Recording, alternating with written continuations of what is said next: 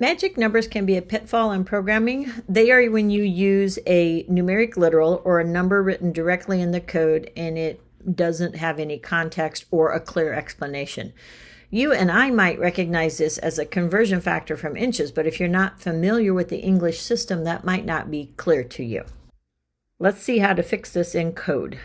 In this example, we are going to be converting inches from feet. And so we have written a method to convert inches from feet, and we have used the feet times 12 to do our conversion.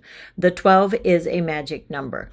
In order to, quote, fix this, what we would want to do is eliminate the magic number with a constant. So I'm going to create a conversion factor, and this is going to be the inches per feet is my conversion factor, and I'm going to assign that 12. It is very clear now when I go ahead and copy this in and replace my magic number with the constant that I am taking the number of feet times inches per feet, which is my conversion factor, and then I'm going to return that inches in this particular scenario. And so then it will output 69.6 inches in 5.8 feet, and it looks like I could use a little bit of improvement on spacing my output. So a couple of things here. The objective of this video was to demonstrate how to eliminate a magic number with using a constant. The other thing I will point out is this. When you are doing a simple calculation like this in a method, it is also possible for you to just use the return and then return that calculation. You don't have to store it to an intermediate variable, but we would still want to use the constant for our conversion factor here. And if the only place that this conversion factor is used is within the method, that's where we would declare it. If the conversion factor is used other places, you would want to move that into main and then pass it into the method as a parameter. So our second scenario for a magic number example is we're going to provide a discount if you've been a regular member of a gym, and that is you attend regularly, and then you've been a member for a number of years. So in this code, the discount is going to be $20 for this scenario because we've been a member for 5 years, we attend consistently, and so here's how the code works. If you are I've been a member for over 6 years, you get a discount of $30. Over 4 years, you get $20. And over 2 years, you get a $10. Otherwise, there's no discount applied. So this code is fairly clear, but it does contain magic numbers. All of these values, the 6, the 4, the 2, and the 30, the 20, and the 10 are magic numbers. Even though we clearly may understand what this does, we can improve this code by removing those numbers.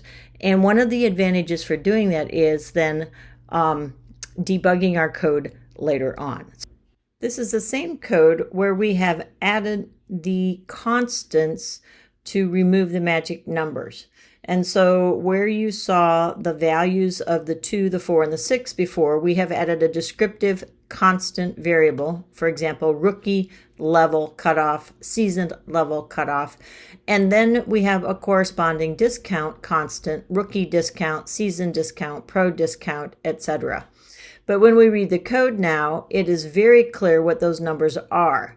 The advantage of writing your code this way is it makes coding easier to debug later on. Let's say that you decide to change these discount values. You can change them in one location at the beginning of your code, and it will then populate through all the rest of the code where that variable is used. So you have made debugging much easier. You've also made your code more readable for somebody that's going to fix your code potentially down the road when they're working with your code maybe 10 years after this code has been written. And so this is the second example of removing magic numbers from the code.